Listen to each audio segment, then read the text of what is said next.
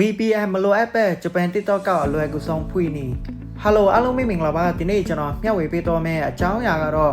VPN မလိုအပ်ပဲနဲ့ဂျပန် TikTok ကိုကျွန်တော်တို့အနေနဲ့ဘယ်လိုမျိုးပုံစံဖွင့်ရမလဲပေါ့နော်အဲ့ဟာနဲ့ပတ်သက်ပြီးတော့ဒီနေ့ဗီဒီယိုမှာကျွန်တော်အနေနဲ့မျှဝေပေးတော့ပါမယ်โอเคရုံးဆုံးကျွန်တော်တို့ဘက်ကဘာတွေများလွှဲရတယ်လဲဆိုတာကျတော့ဒီက TikTok app တစ်ခုအနေနဲ့ရှိထားရပါမယ်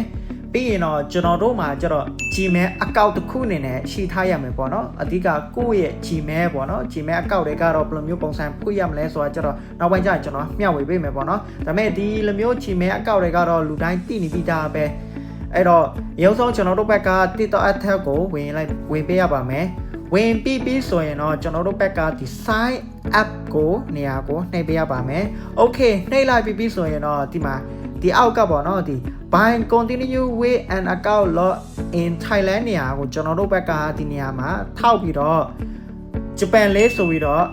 ရွေးထည့်ပေးရမယ်ပေါ့နော် Okay ဂျပန်လေးရွေးထည့်ရပါမယ်အဓိကဒီနေရာမှာကျတော့ကိုလိုချင်တဲ့နိုင်ငံအကောက်ပေါ့နော် UK အကောက်လိုချင်တယ်လား UK အကောက်လိုချင်တယ်ဆိုရင်တော့ဒီနေရာမှာကျွန်တော်တို့ဘက်က UK လေးဆိုပြီးတော့နှိပ်ထည့်ပေါ့နော်ဒါမှမဟုတ်ကိုကတော့ US အကောက်ကိုလိုချင်တယ်ဆိုရင်တော့ဒီနေရာမှာ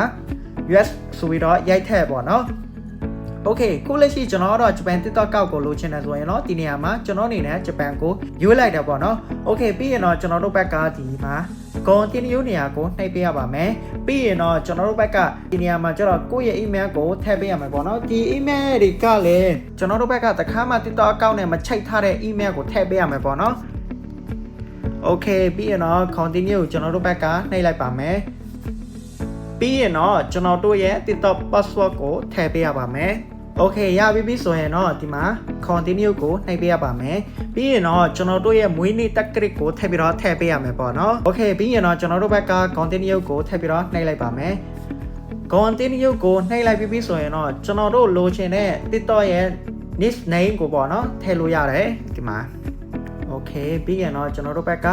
continue ကိုထည့်ပြီးတော့နှိပ်လိုက်ပါမယ်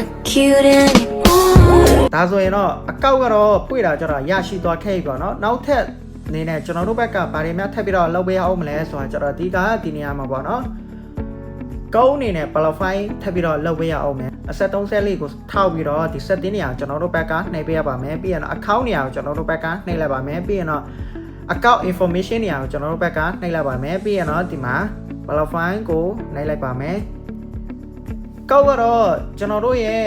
Gmail ရဲ့ app ထဲကတော့ဝင်ပြီးတော့ယူပြီးတော့ထည့်ပေးရမယ်ပေါ့နော် Okay ဒါဆိုရင်တော့ရပြီပေါ့နော်ဒီမှာကျွန်တော်ပြန်ပြီးတော့ကြည့်လိုက်ပါမယ် Okay ဒီမှာရသွားပြီပေါ့နော်ဒီမှာ region ကဆိုရင်လည်း Japan region နေနဲ့ဖြစ်တော့ပါပြီဒါကြောင့်ဒီလိုမျိုးကျွန်တော်တို့ဘက်က VPN မလိုပဲနဲ့ဒီလိုမျိုး TikTok ကောက်ဒီလိုမျိုး Japan TikTok ကောက်ဖွင့်ရကြတော့လိုလေလေးပါပဲဘယ်လောက်မှလည်းမခက်ပါဘူးဒါကြောင့်ခုလက်ရှိကျွန်တော်မျှဝေပေးတဲ့နီးလန်းတွေကလည်းအားလုံးအကျိုးဖြစ်လိမ့်မယ်လို့ကျွန်တော်မျှော်လင့်ပါတယ်ဒီဗီဒီယိုတော့မိတ်ဆွေတို့အနေနဲ့အကျိုးဖြစ်တယ်ဆိုရင်လည်း like and share အနေနဲ့လုပ်ပေးခဲ့ကြပါဦးအားလုံးကိုပဲကျေးဇူးတင်ပါတယ်နောက်ဗီဒီယိုမှာပြန်ပြီးတော့ဆောင်ကြပါမယ်